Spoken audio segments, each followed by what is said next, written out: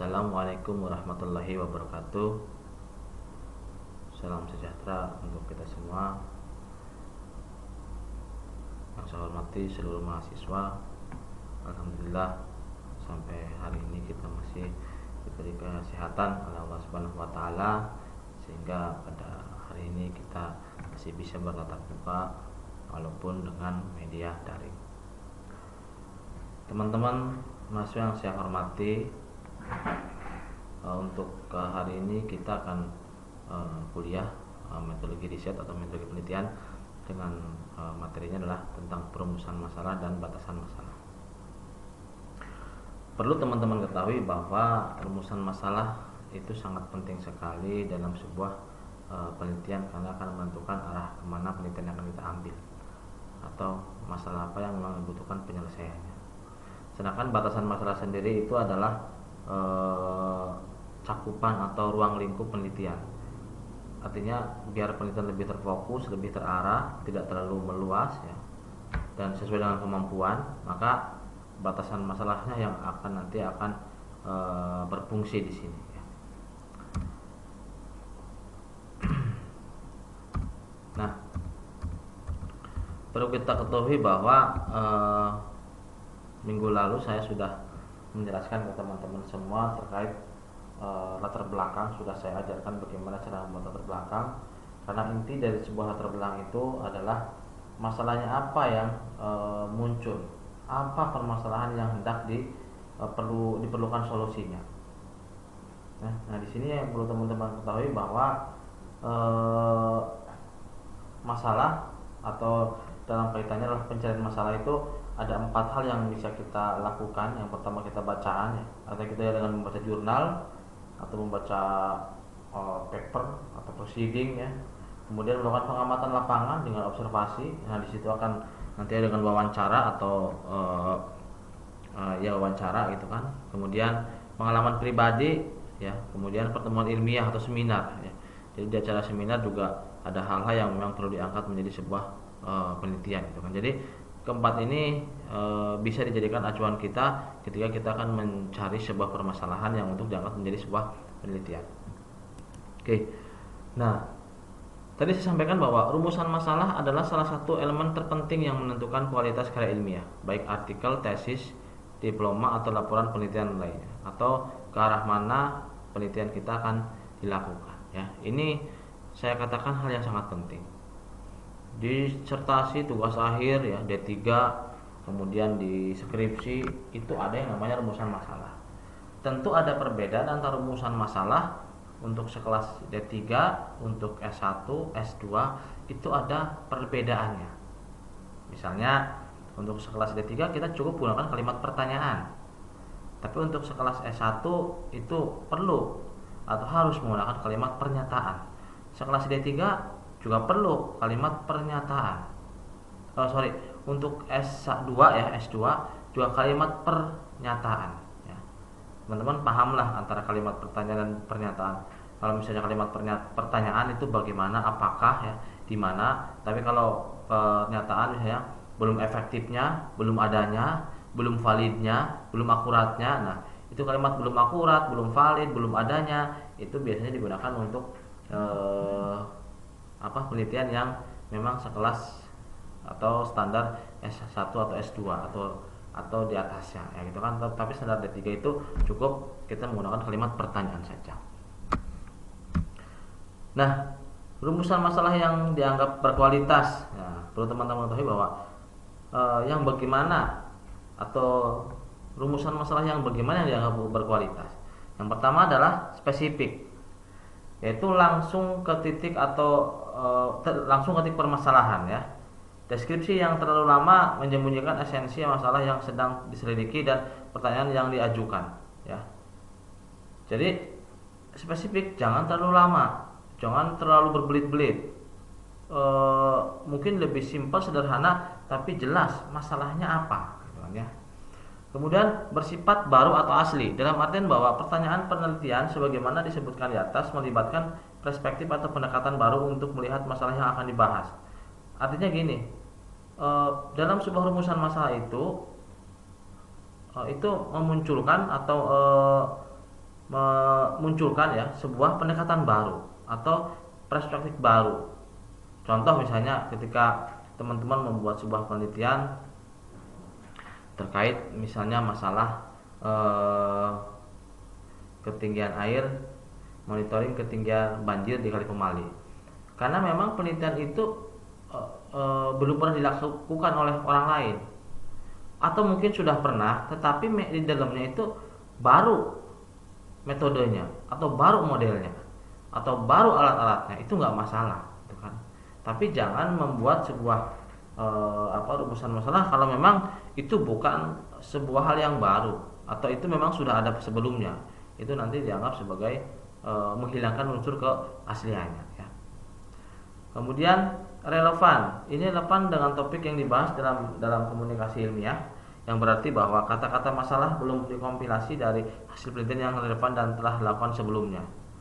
Artinya bahwa tadi sesuai ya, bahwa penelitian ini sesuai dengan topik yang memang akan teman-teman angkat, atau memang tadi masalah ini belum dikompilasi dari hasil penelitian yang relevan atau yang dilakukan sebelumnya.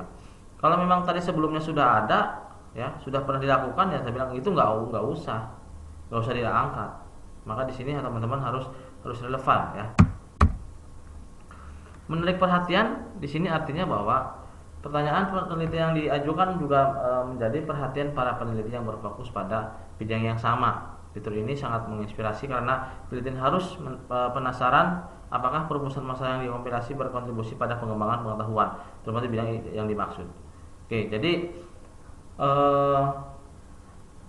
rumusan masalah memang tadi saya sampaikan bahwa salah satu hal yang paling penting karena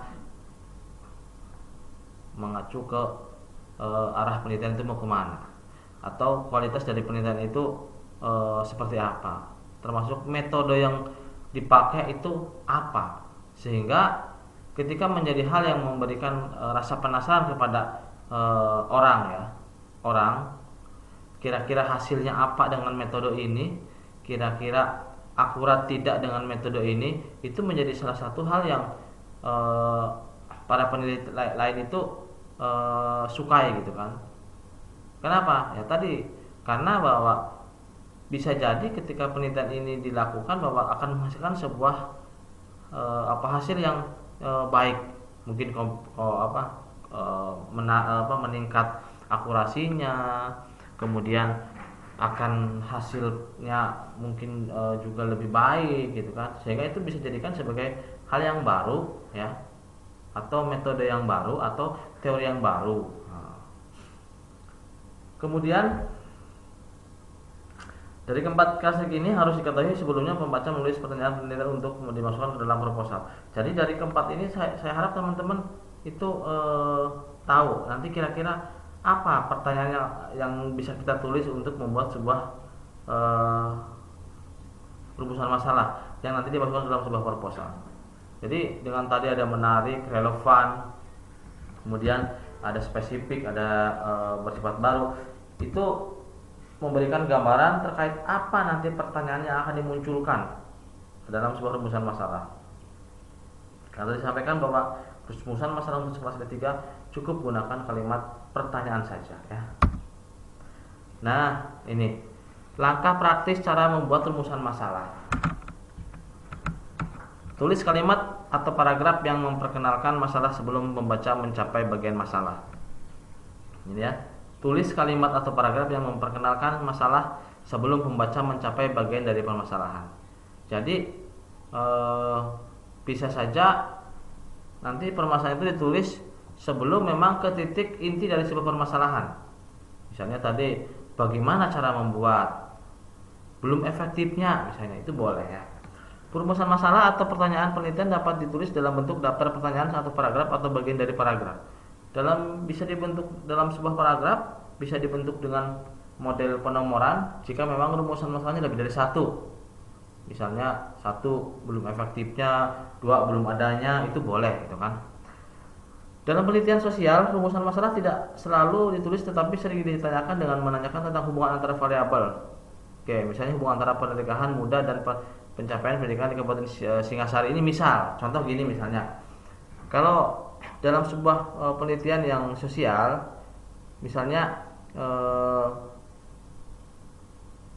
komparasi misalnya kan, membandingkan antara dua metode, misalnya membandingkan antara dua metode fuzzy logic dengan fuzzy simin, nanti hasilnya mana yang paling akurat. Nah, itu contoh misalnya untuk membandingkan.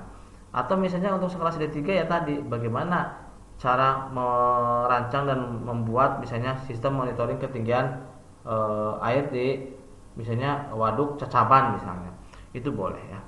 Kemudian masukkan kalimat pertanyaan yang relevan ini, bagaimana, apa, dan mengapa. Ini, bagaimana, apa, dan mengapa. Nah, jadi kalimat ini yang bisa digunakan untuk membuat sebuah rumusan masalah ya, untuk sekelas standar untuk D3 ya. Selesaikan setiap pertanyaan dengan tanda tanya ya. Jadi setiap kali teman-teman membuat sebuah rumusan masalah, karena ada kalimat tanya, maka nanti di akhirnya dikasih tanda tanya ya, tanda tanya. Kecuali kalimat pernyataan tidak perlu tanda tanya. Tapi kalau kalimatnya pertanyaan perlu tanda tanya ya. Nah, di sini beberapa cara untuk merumuskan masalah dirumuskan dalam bentuk pertanyaan atau research question.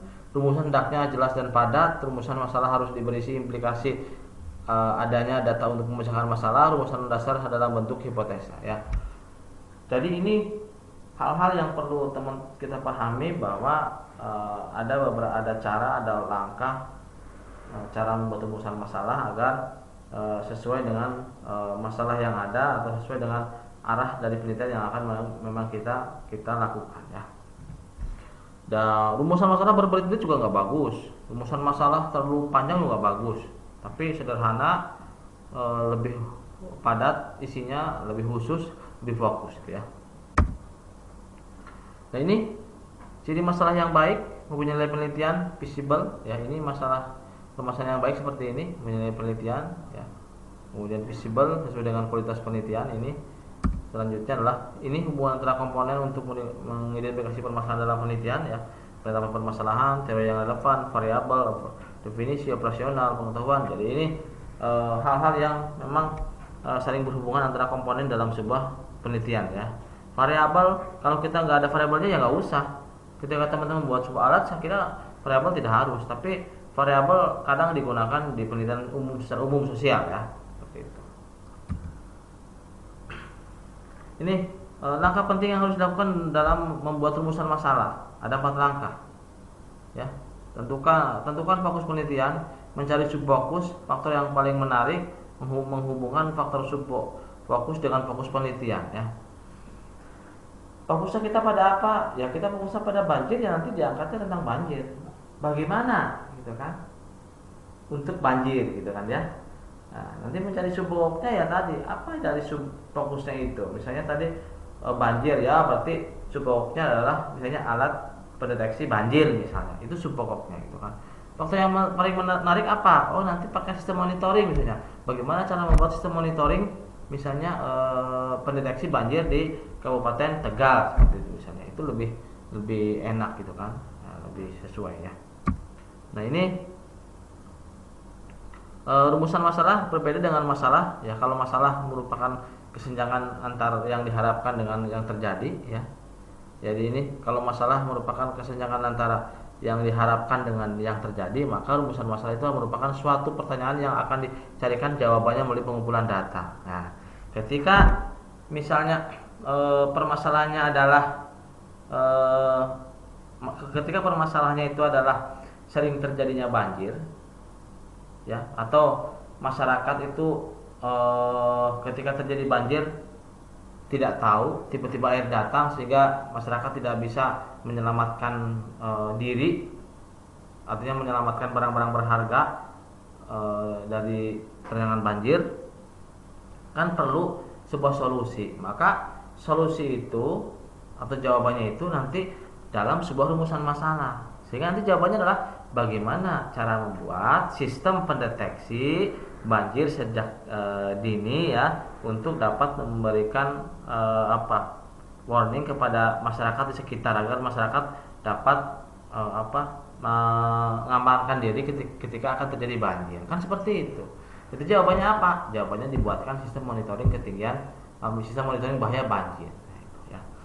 Jadi rumusan masalah itu sebuah pertanyaan yang memang jawabannya nanti itu akan dituliskan dalam sebuah kesimpulan ya, dalam sebuah penelitian ya. Namun demikian, terdapat kaitan erat antara masalah dengan rumusan masalah, karena setiap rumusan masalah penelitian harus didasarkan pada masalah. Nah, ini keeratan kaitan antara rumusan masalah dan masalah, karena rumusan masalah dasarnya adalah masalah ya. Jadi ini yang memang tidak semata-mata karena rumusan masalah dengan masalah dekat, enggak ya, karena tadi dasar rumusan itu adalah permasalahan. Dasar kita melaksanakan penelitian itu adalah adanya permasalahan yang kemudian kita rumuskan ya, biar jelas arahnya kemana penelitian akan kita laksanakan ya. Nah, ini ada beberapa contoh penelitian teman-teman, beberapa contoh rumusan penelitian ya. Ini penelitian bagaimana cara merancang dan membuat sistem monitoring banjir berbasis Arduino Uno ya. Ini cara contoh rumusan masalah.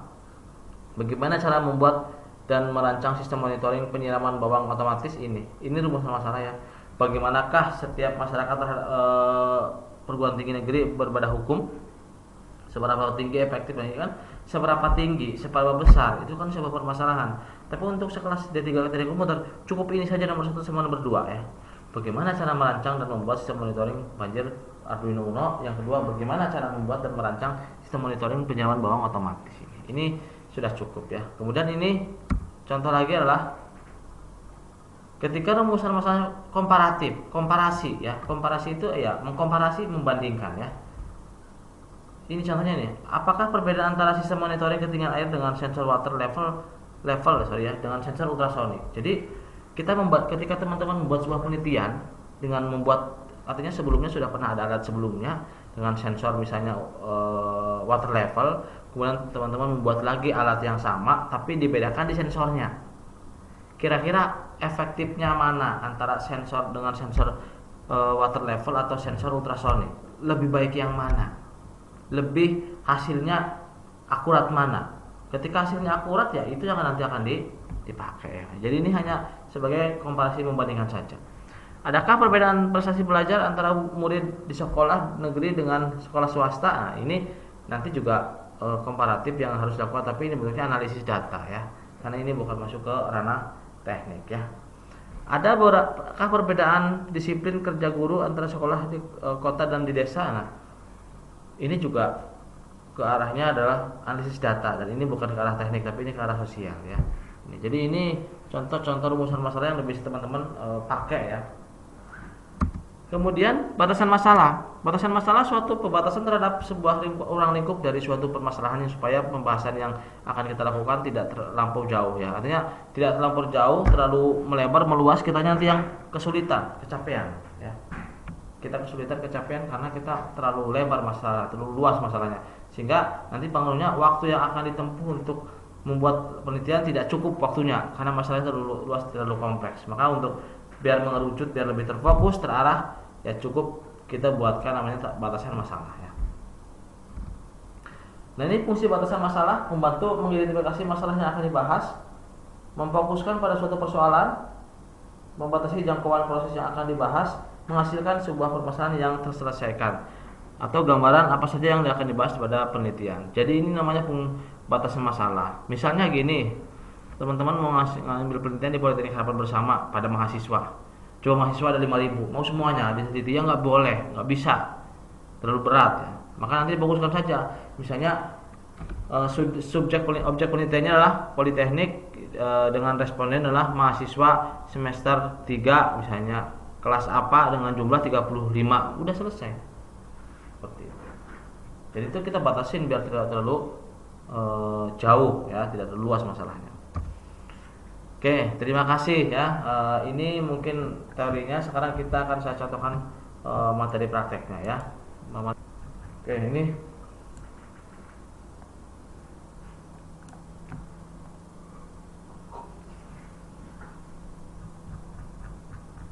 Oke, ini contoh.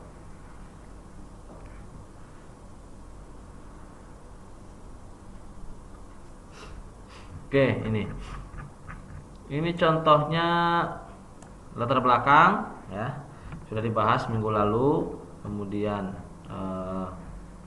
ini ya, ini contoh rumusan masalahnya nih ya.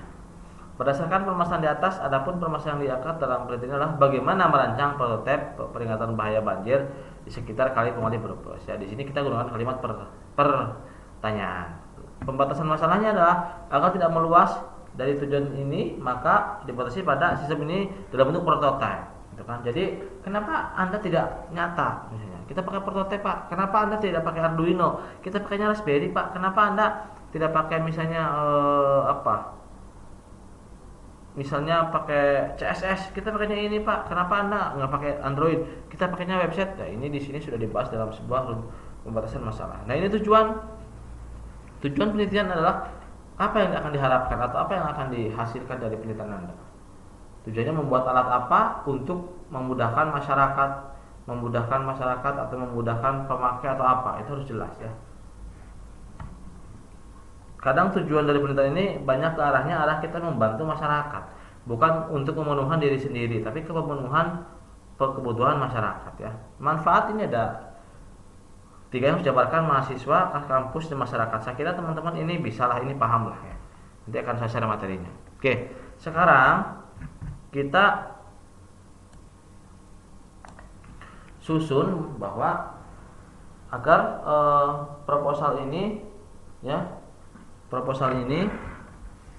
bisa kita susun untuk penomorannya agar otomatis ya, termasuk daftar isinya. Barangkali teman-teman belum pernah daftar isi otomatis, nanti akan saya sampaikan ya. Kalau sudah ya bersyukur gitu kan ya. Oke, ini saya kopikan dulu, bentar.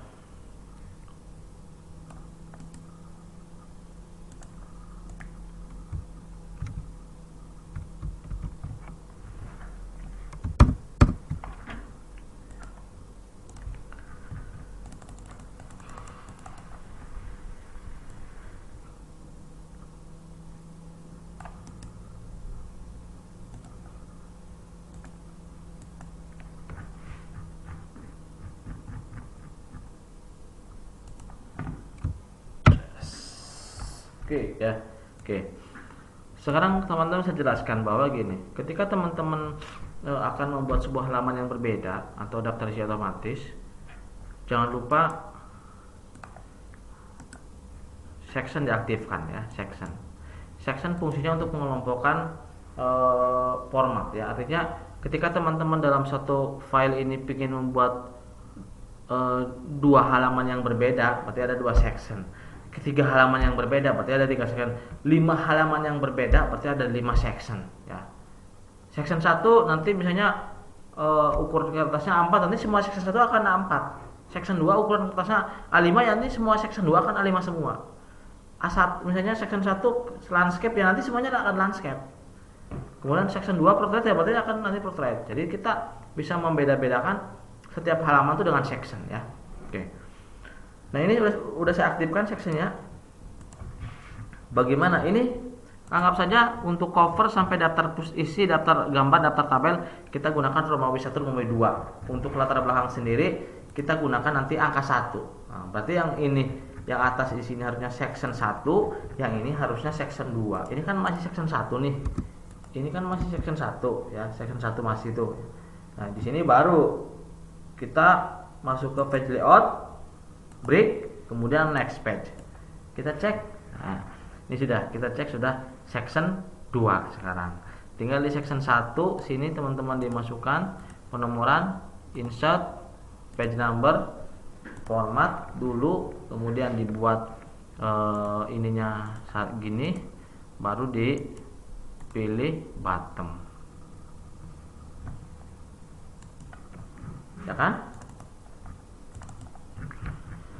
Yang ini nomor 3 tinggal dirubah saja, di section 2 dirubah, insert, page number, formatnya start 1. Sudah.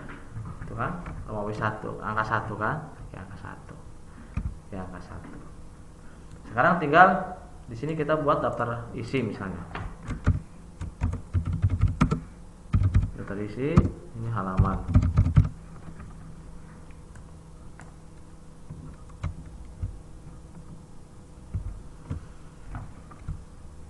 Halaman ya.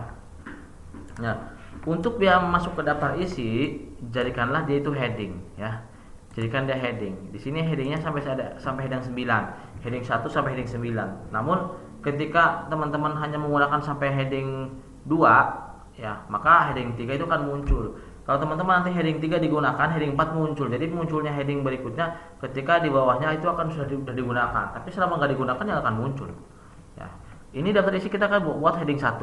Oke, ini heading 1 daftar isi. Ya. Di bawahnya daftar isi nanti ada namanya daftar ya, apa yang daftar gambar. Nih, daftar gambar ya. Daftar gambar.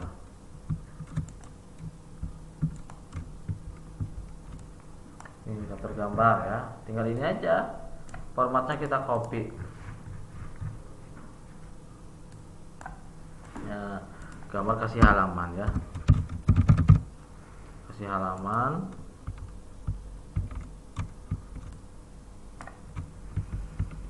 Halaman bol R. Oke, gini kan ya. Nah, ini udah heading 1. Yang ini heading berapa? Yang ini karena ini bukan subpokok di heading 2 ya, heading 2. Yang ini heading berapa? Yang ini heading 3. Lihat tuh, heading 3 kalau belum heading 3 heading 2 di heading 2 kan dulu. Ini juga heading 2. Kalau belum ya nggak usah dikasih heading ya. Sekarang coba kita tampilkan.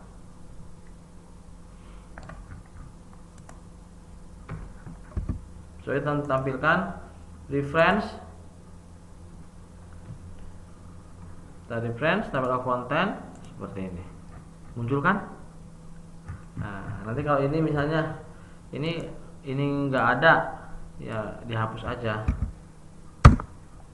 Nih, halaman sampul. Halaman sampul tinggal dibuat heading 1, tinggal warnanya diputihkan saja. Biar kelihatan ya, warnanya diputihkan biar nggak kelihatan. Sorry. Nah, kelihatan kan? Nanti di sini update, di kanan update.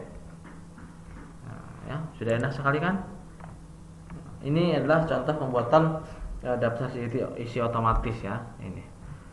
Ini harusnya ini heading 3 nih, harusnya heading 3. Soalnya kalau heading 1, heading 2 nanti digeser, ikut geser semua gitu kan. Jadi antara banyaknya digit penomoran itu harus diperhatikan. Dia harus heading berapa ya. Ini harusnya dia heading 3 dengan nomor 51 ya. 51 titik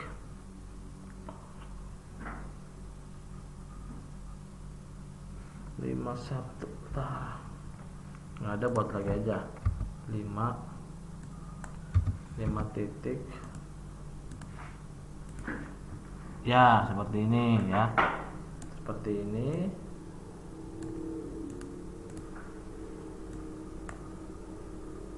Nah,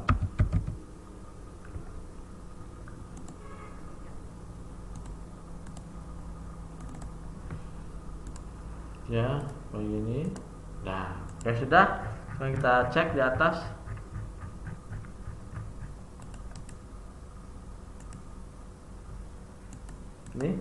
Ini kan sudah kan. Heading 2 nanti yang geser heading 2 saja yang geser. Heading 2 enggak geser ya. Ini contoh nih. Tuh kan. Geser heading 3 enggak. Heading 3 enggak.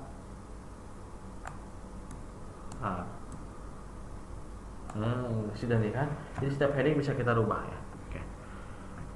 Kemudian misal kita ada daftar gambar. Ini saya contohkan aja nih teman-teman. Misal di sini saya kasih gambar nih, di sini saya kasih gambar, misal saya kasih gambar kayak gini ya,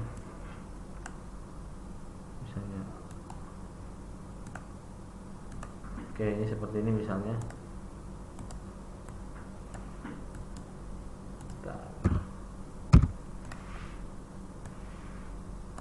Oke, di sini misalnya alur penelitian. Ini contoh ya, contoh.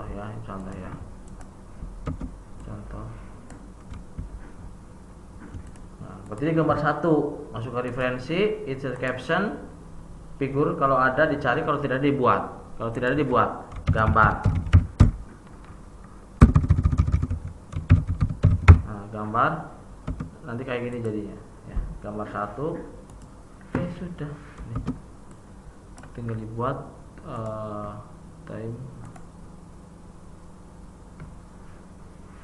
time ini dibuat hitam. Oke. Nah, kita tinggal dibuka saja nih. Kita saja. Masuk ke reference. Nah, keluarkan. Nah, ini enaknya di sini seperti ini. Ketika teman-teman di atasnya ada nih, ada atasnya ada gambar misalnya, ini contoh ya. Contoh.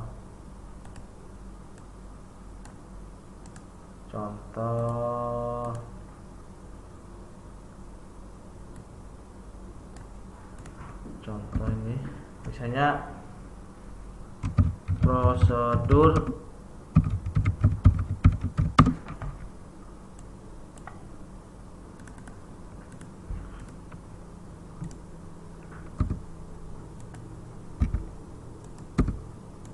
oke, nih masuk ke reference, caption, gambar satu, yang bawah jadi gambar dua, ya kan? Inilah kelebihannya kalau kita menggunakan Google menggunakan daftar isi otomatis ya. Chat. Nah, ini hilang nih, hapus nih. Set 12 tengah. Nah, ya. Nah, cukup ya. Untuk tabel sama nanti di pojok atas kiri ya. Terima kasih teman-teman. Semoga bermanfaat kuliah ini untuk teman-teman semua. Jangan lupa tugas di rumah silakan dikerjakan, dilanjutkan latar belakang, rumusan masalah, batasan masalah, tujuan manfaat sesuai dengan contoh yang saya berikan. Terima kasih. Saya ini Hidayah. Assalamualaikum warahmatullahi wabarakatuh.